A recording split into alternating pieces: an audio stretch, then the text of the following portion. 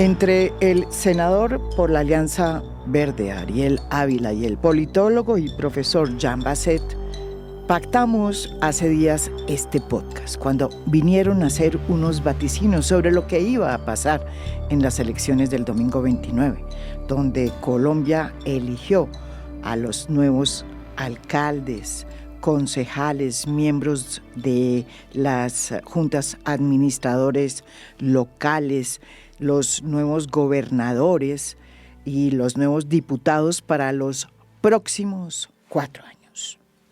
Y la idea de este podcast era traerlos para ver si atinaron en sus vaticinios.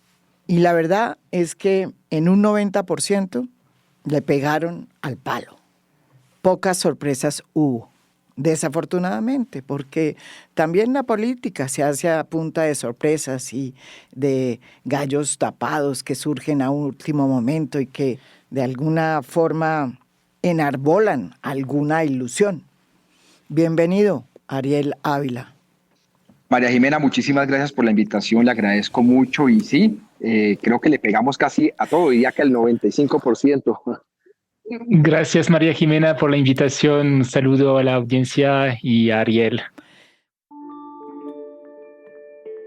Aquí dijimos ayer que ganó, pues, en las regiones la Colombia Nostra, la de los clanes, la que, pues, no tiene ideologías y que más bien funciona como una maquinaria que se alimenta del voto comprado y que pervive como si fuera parte del paisaje y que ya ha formado una cultura política, lastimosamente, en varias partes del país.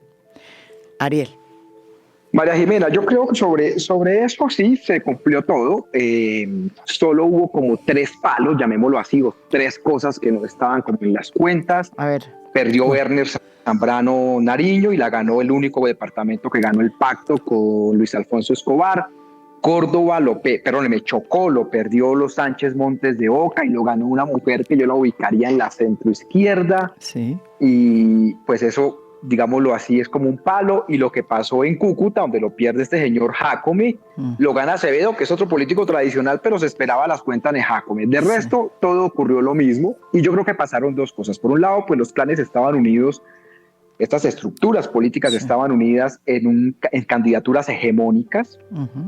Y por otro lado, que diría yo que es como lo más importante en esto, el voto en blanco fue segundo en muchas partes, en el Valle del Cauca, en Cundinamarca. Es decir, hubo gente que se negó pues como a votar por esas estructuras, pero no le convencía todo eso alternativo. Y lo otro es que hubo un plebiscito.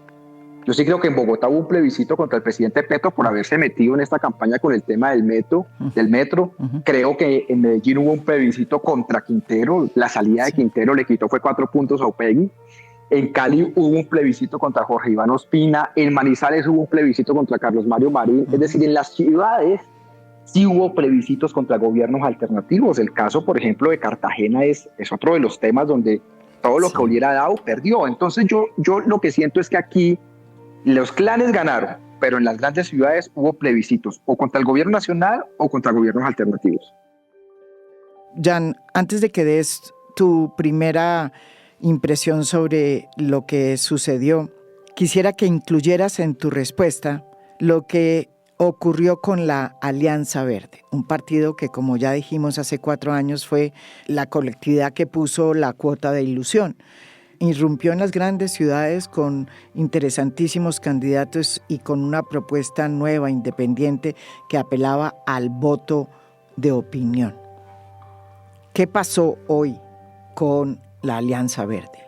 Sí, antes de la Alianza Verde, quizás otra cosa que fue una sorpresa para mí, en todo caso, es Cali con Eder, la victoria bastante fácil de Eder, pues las encuestas mostraban a Eder y Ortiz muy cerca, y finalmente pues no estaban nada cerca, y Eder gana con bastante facilidad. Me parece que es para mí fue una de las sorpresas en las grandes ciudades, por lo menos, ¿no? Del resto, efectivamente, el panorama bastante previsible, y básicamente porque como habíamos dicho, sí, los clanes y de los partidos tradicionales ahí aliados los unos con los otros, eran muy difícil de vencer sobre su terreno finalmente en estas elecciones locales. Además también porque los alternativos no estaban muy organizados, no estaban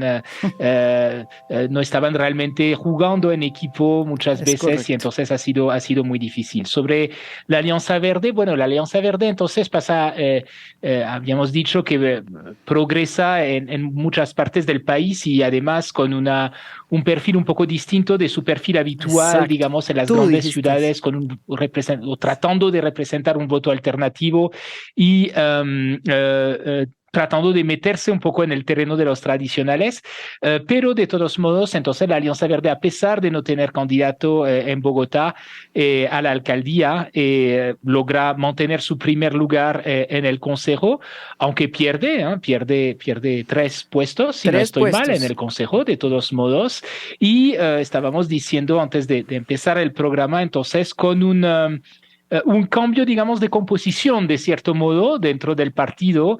Los que ganan finalmente son de la ala más centrista y menos de la izquierda del partido, que sale derrotada en buena parte porque finalmente, pues, buena parte de la izquierda terminó votando por el pacto finalmente, y entonces los verdes, los progresistas dentro de los verdes se quedaron un poco sin votos, porque es muy difícil finalmente vender una lista o un partido, digamos, un equipo donde hay gente de distintos bordos finalmente, sin saber finalmente para qué votamos, ¿no? Entonces, esto se decantó efectivamente a favor de la alcaldesa saliente, de Claudia López, y de su tendencia a irse más para el centro o la centro derecha, si queremos, y girar o jalar un poco la Alianza Verde por allá. Ariel Ávila es senador por la Alianza Verde. Cuéntenos su opinión sobre qué es lo que le está pasando a su propio partido. Mire, María Jimena, yo ahí creo que el partido como tal está en una situación y esto, digamos, ya no lo dijo así, pero está en una crisis de identidad. La izquierda, en el caso del Partido Verde, fracasó rotundamente. Cancino, que había sido cabeza de lista, llegó a 7.000 votos. Pero también el antipetrismo más duro del partido fracasó. La cabeza de lista nuestra, Jorge Torres, que era el Catherine Miranda, también se quemó. Sí. Y esto significa que la izquierda, ante la lluvia de críticas, se enranchó en su izquierda y votó al pacto. Y la derecha se enranchó, y el crecimiento del Centro Democrático es impresionante con este señor Briceño. Y la opinión se fue hacia la centro derecha y no del verde, se fue hacia el nuevo liberalismo, incluso hasta el Centro Democrático, que es derecha dura. Entonces esto es una crisis de identidad, digamos, uno lo tiene que ver así. Más o menos lo mismo uno puede decir en el caso de Cali, más o menos se puede decir lo mismo en el caso de Medellín, donde el candidato al consejo de Daniel Duque, que fue precandidato a la alcaldía, que antiquinterista, también se ahogó, pero el crecimiento en Centro Democrático, y creemos, fue brutal. Esto significa que el partido tiene que resolver la crisis de identidad. Claudia sale muy fortalecida de Bogotá, claro, digamos, si uno dice, no, pero no tuvieron candidato, no mantienen la alcaldía, no sé qué, ganó su contradictor de la vez pasada, cierto, pero de los 8 concejales, 7 son de ella, y eso es innegable. Entonces yo lo que siento es que el resultado de Cambio Radical, por ejemplo, el resultado de los verdes, lo que reflejan es una crisis de identidad, y que lo que están a los lados, pues fueron los que salieron muy fortalecidos. Vuelvo y repito, miren caso de la derecha en Bogotá, que la disputa de quién era el antipetrismo más duro de derecha era Cambio Radical y Centro Democrático. Al final termina ganando el Centro Democrático, y Cambio Radical mete 4 concejales, pero solo uno es de Vargas Lleras, que es Rolando, lo demás es Mira, digamos, son las alianzas que meten. Entonces, sí, ahí yo creo que es una crisis de identidad lo que se genera, y pues esto es un campanazo durísimo para las elecciones nacionales del 26. Un nuevo partido que le fue bien en Bogotá, no tanto a nivel nacional, a pesar de que tenía candidatos por fuera de la capital, es el Nuevo Liberalismo. Es indudable su victoria, no solamente a la alcaldía, también gana 8 concejales. ¿Cómo ubicamos este nuevo liberalismo de Carlos Fernando Galán, ¿cómo se le definiría? ¿Cuál sería su cara? Yo creo que tiene dos caras, ¿no? Ya hay figuras nuevas también que emergen, me parece, en la lista en Bogotá. Y digamos que Carlos Fernando Galán pues le mete un tinte un poco independiente, un poco novedoso, aunque pues no es una figura novedosa tampoco Carlos Fernando Galán, pero digamos quizás no tanto de la política tradicional, pero si uno mira fuera de Bogotá, nuevo liberalismo avala candidaturas de políticos muy tradicionales. En Cartagena, por ejemplo, estuvo en la coalición de Dumek Turbay, que gana. Entonces es la política tradicional, digamos, con toda en toda su expresión. Entonces hay como una tentativa ahí de hacer, de poner un poco de jugar sobre los dos tableros, ¿no? Por parte de nuevo liberalismo, que a nivel de partidos, yo sigo insistiendo con los partidos, me parece importante porque muestra justamente la tentativa de coordinar ahí distintos grupos. Pues nuevo liberalismo me parece que es uno de los grandes ganadores, porque pues ha ganado en varias partes, no solamente en Bogotá, dentro de todos los nuevos partidos, las nuevas etiquetas que teníamos en estas elecciones. Yo creo que si hay una que sobresale es nuevo liberalismo, y entonces es muy importante para este partido porque pues ahí es donde se va a definir muchísimo más el perfil que va a adoptar entre este centro derecha urbano, afines a la clase media educada que puede haber en Bogotá de pronto, y este acercamiento a la política tradicional que puede haber en otras regiones de cierto modo. Entonces vamos a ver, que fue la misma de Cambio Radical hace mucho tiempo. Cambio Radical ya se fue totalmente para el otro lado hace tiempo, pero hubo una época en que Cambio Radical tenía también esa doble cara un poco tecnocrática, urbana, por una parte, y política tradicional en las regiones por otra, ¿no? Eso ya hace tiempo que se fue más bien por el lado de la política tradicional, pero me parece que nuevo liberalismo hoy día se parece mucho al Cambio Radical de hace 15 años, pongamos. María Jimena, mire, el análisis mío es, yo siento que el nuevo liberalismo es el que se chupa el voto de opinión de centro y centro derecha que se había chupado el verde la vez pasada. Y eso en parte es porque pues obviamente tenían candidato ahora alcalde electo, y eso es un tema que jalona la lista. Por ejemplo, el último que pasa del Partido Verde pasa con 19.000 votos, y el último que pasa del nuevo liberalismo termina pasando con 10.000 votos. Entonces un poco eso es el efecto pues de tener una candidatura fuerte a la alcaldía. Ahí no hay nada raro.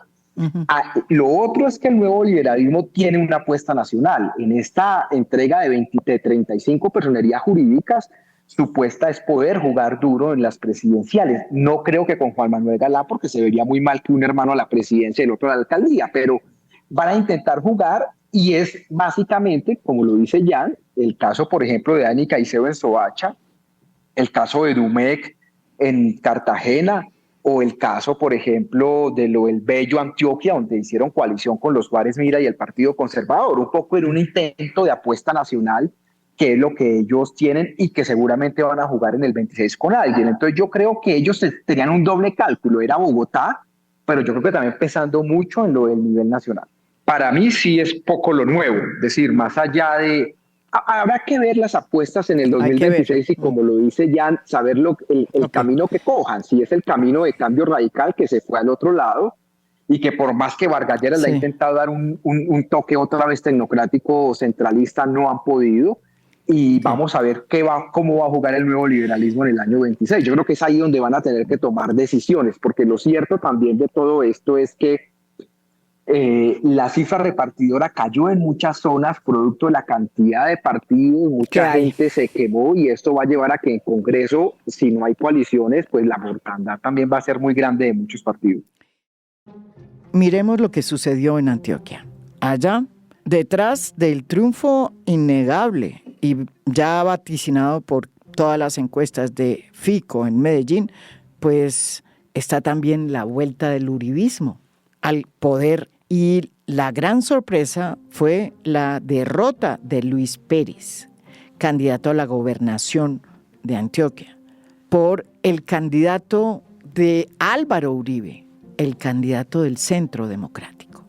Antioquia hoy vuelve a ser el baluarte del uribismo. ¿Eso qué significa? ¿Qué alcance tiene? Y además hay que subrayar que el Centro Democrático tenía, habíamos calculado el número de candidaturas esta vez. Centro Democrático tenía menos de lo de hace 4 años, entonces estaba jugando a la fija, digamos, no tenía una estrategia muy expansionista, pero logra recuperar y fortalecerse en sus baluartes, digamos. Y el hecho de tomar la gobernación de Antioquia, que no lo había podido hacer antes, bueno, en un departamento donde tiene una fuerte implantación, pero nunca había podido conquistar la gobernación, y bueno, un candidato afín a la alcaldía de Medellín, entonces con Fico, pues lo fortalece efectivamente en sus bases, con la posibilidad de volver a ser un poco el referente de la derecha. Salvo que quizás yo diría que ya no es el único referente de la derecha, hay también otras figuras que emergen acá, otros proyectos de pronto, y yo creo que hay una competencia de pronto entre Antioquia y Santander para encarnar la derecha en este país, ¿no? Ahí con Beltrán, con Juvenal Díaz en Santander, hay una ultraderecha también que emerge, entonces hay competencia para el liderazgo, digamos, en este sector. Entre paréntesis, ya que hablan del pastor que ganó la alcaldía de Bucaramanga, aquí les tengo sus declaraciones una vez que supo que había triunfado. Frente a Nayib Bukele es mi admiración, espero conocerlo en estos 4 años y poder entender un poco cómo ha hecho esa política en El Salvador. Pero mi gobierno está basado en mano dura contra el delincuente y en una labor social y humana para atraer todos los sectores y recuperar a Bucaramanga desde la base. O sea, este sector está bien concurrido. El sector de la derecha, Ariel, su visión del Centro Democrático. No, mira, yo creo, a ver, yo siento que había una disputa en la derecha de quién ganaba en la oposición. Si el Cambio Radical, que Vargas Lleras salió abiertamente a hacer campaña por todo lado, incluso de forma increíble en ciudades como Bogotá, donde tiene tan mala imagen, y salió con Rolando, el concejal, que esperaba 40.000 votos y logró 29.000 al final. Y a su vez el Centro Democrático. En televisión, en radio, uno decía, esta disputa la va ganando Cambio Radical, pero en la vida real la ganó fue el Centro Democrático. Es decir, el Centro Democrático logra acaparar ese voto de opinión de derecha en lugar de Cambio Radical. Claro, ustedes me van a decir, pero es que Cambio ganó más alcaldías, más gobernaciones, pero no por Cambio, sino por las estructuras políticas que representa. En cambio, lo del Centro Democrático, la gobernación de Antioquia es de ellos y solamente de ellos. O sea, eso ahí no hay tu tía que valga. Entonces, yo lo que sí siento es que esta pelea de quién va a configurarse en la oposición, sin lugar a dudas, sí la ganó el Centro Democrático. Y lo segundo que ratifico yo, los perfiles de los candidatos presidenciales en la derecha, hay congestión, pero creo que ratificamos que ya sabemos cuáles son. Seguramente Paloma Valencia, María Fernanda Cabal y Miguel Uribe jugarán en alguna encuesta a ver quién la gana. Más en la derecha seguramente va a estar Vargas Lleras y Juan Sin Miedo, y ahí alguien más podría aparecer, pero ahí ya hay mucha congestión y eso es lo que se perfila. Eso sí, creo yo que esa pelea la va ganando el Centro Democrático. Sin embargo, pues vuelvo y repito, como lo dije la vez pasada, cuando terminen los nuevos gobernadores y alcaldes, de ahí saldrán 2 o 3 a hacer campaña y puede ser que en un año la historia sea diferente. Entonces, ¿usted está de acuerdo, Jean, también que ganó en el fondo la pelea por el voto de la derecha la ganó el Centro Democrático y no Cambio Radical? ¿Y por qué, si eso sucedió así, por qué no le fue bien a Cambio Radical? No creo que le haya ido mal a Cambio Radical. Lo que pasa es que Centro Democrático es un partido organizado y de derecha, con una identidad clara. Sí. Cambio Radical ya no. Es Es decir, Cambio Radical es un partido tradicional, de cierto modo, pues no es tradicional en el sentido de los liberales y conservadores, salvo que es un reacomodo finalmente de los partidos tradicionales, de cierto modo, y juega como ellos, y no se define tanto por una identidad ideológica, sino más bien lo que decíamos la vez pasada, por intereses regionales, ¿no? Su fuerza en el Caribe, con los Char en particular, etcétera. Con lo génico. Entonces, pues, claro, Germán Vargas Lleras le trata de poner un liderazgo de derecha encima de esto, pero eso no funciona muy bien porque no es una identidad tan clara como sí lo es Centro Democrático. Entonces, Centro Democrático, pues la opinión de derecha claramente identifica a Centro Democrático como un proyecto político que puede apoyar porque pues tiene una identidad muchísimo más clara. O sea, con estas elecciones uno podría decir, Ariel, que la candidatura de Germán Vargas Lleras tiene por lo menos un ala rota. Yo creería, María Jimena, eso es un tema de verdad que es la pregunta que le he discutido ahorita con muchos compañeros aquí en el Senado. Yo creería que esa pelea la va ganando duramente el Centro Democrático, no Cambio Radical. Pero aún así yo creo que Germán Vargas Lleras va a jugar duramente en el 26, pero yo lo veo, no creo que tenga mucha opción y esa pelea la va ganando el Centro Democrático con una particularidad, y vuelvo y repito, así como hay que decir que muchos clanes ganaron estructuras tradicionales, también muchos de esos liderazgos se sacrificaron, como por ejemplo Fico, no va a estar en la foto del 26. Entonces van a ser los exgobernadores seguramente, como Juan Sin Miedo o Juan Guillermo Zuluaga, del Meta, los que vayan a tomar mucha vocería. Por eso le digo, aquí hace falta un pedazo y es ver de los que salen quienes toman mayor vocería a nivel político. El propio Aníbal Gaviria ha intentado, etcétera. Entonces vamos a ver qué pasa. Pero de momento la pelea sí la va ganando el Centro Democrático.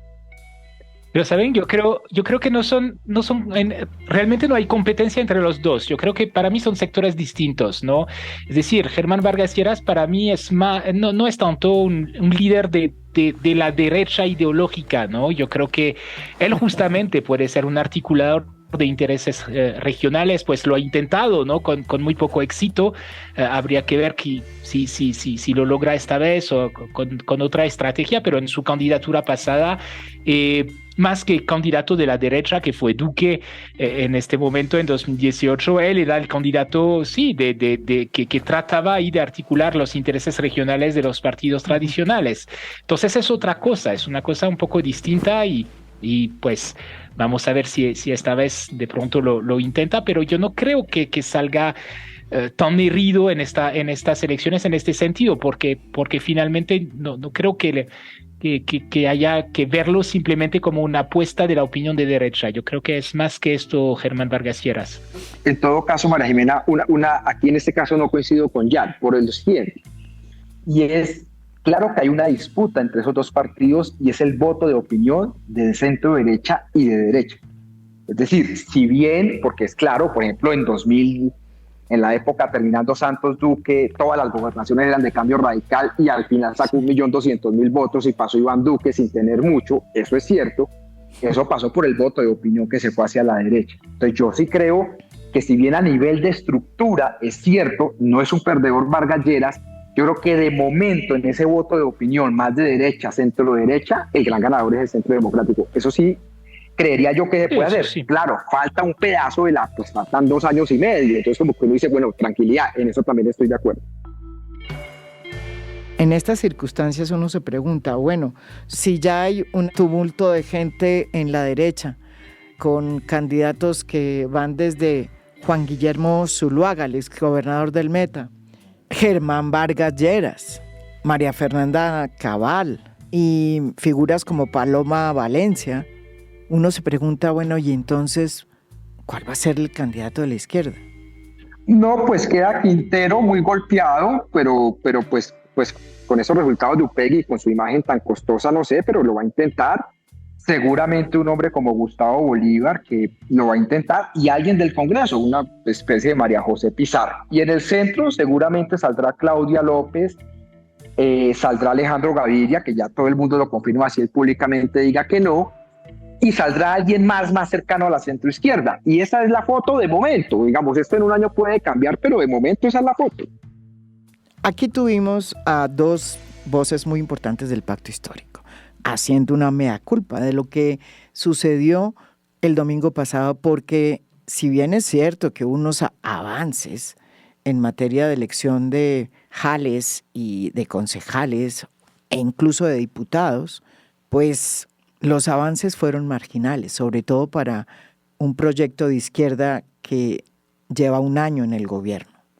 Lo que ocurrió en Bogotá es fundamentalmente un voto en contra de Gustavo Petro. Eso no se puede negar. ¿Cómo queda el proyecto de Gustavo Petro según ustedes luego de estas elecciones? ¿Con un ala rota? ¿Con dos alas rotas? La izquierda pues no es una gran jugadora a nivel local porque no tiene esas bases territoriales, no tiene mucha organización. Uh-huh. Y pues esto era una ocasión de tratar de avanzar en este nivel local, apoyándose un poco en el éxito del año pasado a nivel nacional, y la izquierda no lo pudo hacer, entonces en parte porque ya no tiene el empuje de la popularidad eventual del gobierno, porque el gobierno perdió buena parte de esta popularidad, el gobierno nacional, pero también por temas, digamos, de organización, pues el pacto histórico no logró reproducir su coalición completa en todas partes. A veces hubo partidos de la coalición que se presentaron por fuera. No funcionó muy bien. No hubo mecanismos formales de selección de liderazgo. Eso es una cosa que en muchas otras fuerzas pasan, pero en una fuerza en construcción como el pacto histórico hubiera sido importante pues hacerlo. Pues en Bogotá Bolívar ha sido electo por una encuesta mal hecha y teleguiada para tener el resultado que tuvo, digamos, en vez de hacer una consulta y de tratar de apostarle a nuevos liderazgos, a figuras nuevas que de pronto no hubieran ganado, pero hubiera podido consolidarse para el futuro. Pues yo creo que es una ocasión perdida para el pacto en este sentido, y no solamente en Bogotá, sino en otros lugares para fortalecerse por lo menos como organización, digamos. Ariel, ellos dicen en el pacto histórico que se avanzaron porque pues tienen más jales, tienen más concejales, tienen más diputados. ¿Eso es suficiente como para decir que realmente se está avanzando y que hay un proyecto de izquierda que vino para quedarse? Yo creo que esa comparación, pues si comparamos pacto con hace 4 años que no existía, pues obviamente pues sí, les da que suben. Pero ya cuando uno mira el tema de la izquierda y demás, la cosa es muy complicada. Yo, por ejemplo, le doy este dato: si usted suma las curules del Polo y de la Colombia Humana en el Consejo de Bogotá que está terminando, son 8 y ahora sacaron 7. Entonces, es decir, eso es muy, digamos, eso sí es tapar el sol con un dedo. Les fue mal y punto. Uh-huh. Las preguntas de por qué les fue mal son 3 respuestas: divisiones y canibalismo, le está yendo mal al gobierno Petro, y una evaluación muy negativa de los gobiernos alternativos, dentro de los cuales este último punto chupa el verde. Digamos, somos ahí, digamos. Yo sí creo que lo de Cartagena, nadie puede decir que es corrupto, que es nada, eso no se puede decir, pero que es mal ejecutor, eso sí se puede decir, y ahí está. Entonces, yo creo que fueron por varias evaluaciones, pero tanto para el pacto como para el verde, si esto piensa que esto es normal y que esto no va a tener impacto en el 26, pues sí estamos cayendo en errores muy graves. Estas elecciones fueron las primeras hechas con más de 40 partidos, que es realmente una locura. Estamos volviendo a los niveles que teníamos a comienzos de los 2000. Cuando se hizo una reforma precisamente para reducir el número de partidos. Hasta el expresidente liberal Ernesto Samper Pizano tiene hoy su propio partido, el Poder Popular. Y lo más grave es que la mayoría de esos nuevos partidos no representan colectividades ni intereses generales, sino que son partidos casi que unipersonales. ¿Qué le pasa a una sociedad en la que los partidos dejan de cumplir su objetivo, que es el de servir de vehículos entre el poder y los electores? Vehículos de cambio. ¿Qué le ocurre a un país y a su democracia ya cuando eso sucede?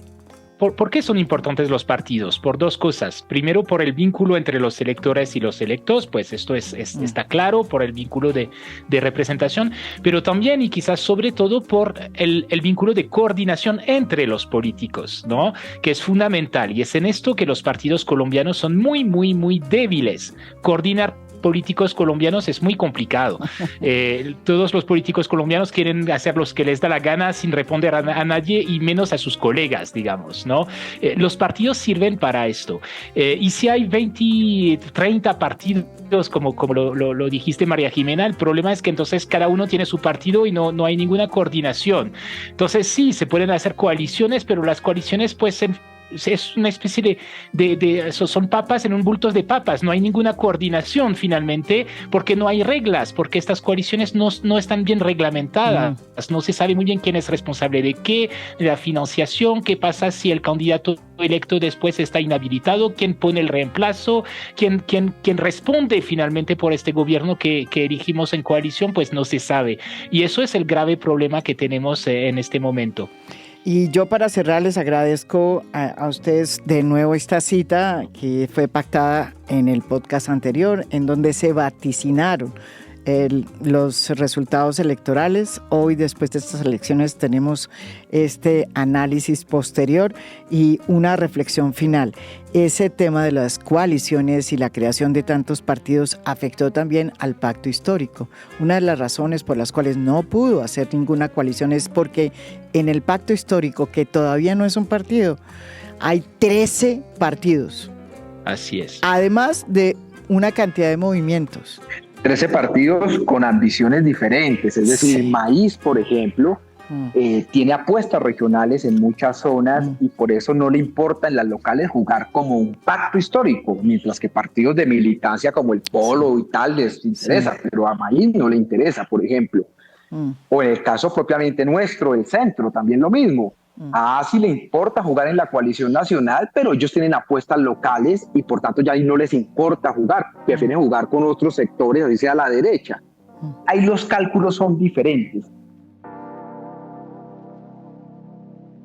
Así cerramos esta serie de podcasts de análisis sobre las elecciones que se llevaron a cabo el domingo pasado en Colombia. Hicimos un podcast con la periodista Laura Ardila y con el presidente del Centro Nacional de Consultoría, Pablo Lemoine, en el que analizamos lo que sucedió en las regiones. Allí donde los medios no llegan con la frecuencia que debieran. Hicimos también una catarsis con dos voces muy relevantes del pacto histórico, esa coalición de partidos que llevó al poder al primer gobierno de izquierda en Colombia. Se dijeron las verdades, se desnudaron los errores y también pues se resaltaron los avances. Hoy cerramos con este podcast en donde los dos expertos, Ariel Ávila, senador por la Alianza Verde, y Jan Basset, politólogo y profesor universitario, dan las puntadas finales sobre cómo fue que se movió el escenario político luego de que Colombia votó el domingo. En la derecha, el diagnóstico es que triunfó el centro democrático y que esa pelea por ese voto lo ganó el partido del expresidente Álvaro Uribe Vélez sobre Germán Vargas y su cambio radical. La segunda conclusión es que el centro se corrió a la derecha y que eso fue lo que le dio el triunfo avasallador a figuras que habían intentado llegar a la alcaldía de Bogotá como Carlos Fernando Galán. La gran ganadora de ese centro derecha que se consolida, así no le haya ido bien en las encuestas como alcaldesa, es Claudia López, porque logró apoderarse de la Alianza Verde, sacar a los petristas, y hoy no solamente ha demostrado que tiene un poder electoral en Bogotá importante, sino que también le sirve el triunfo de sus aliados en otras coaliciones poderosas que montó, como sucede con el triunfo de Jorge Rey en Cundinamarca, que repite como gobernador, y con el de Carlos Amaya en la gobernación de Boyacá. Colorín colorado, los análisis y las series sobre elecciones se acabaron. Esto es A Fondo. Mi nombre es María Jimena Duzán.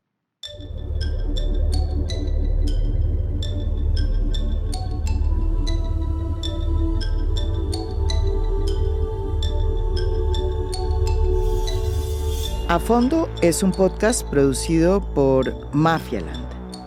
Producción general, Lucy Moreno. Postproducción de audio, Daniel Chávez. Música original del maestro Óscar Acevedo. Nos pueden escuchar también en mi canal de YouTube. Gracias por escuchar. Soy María Jimena Duzán.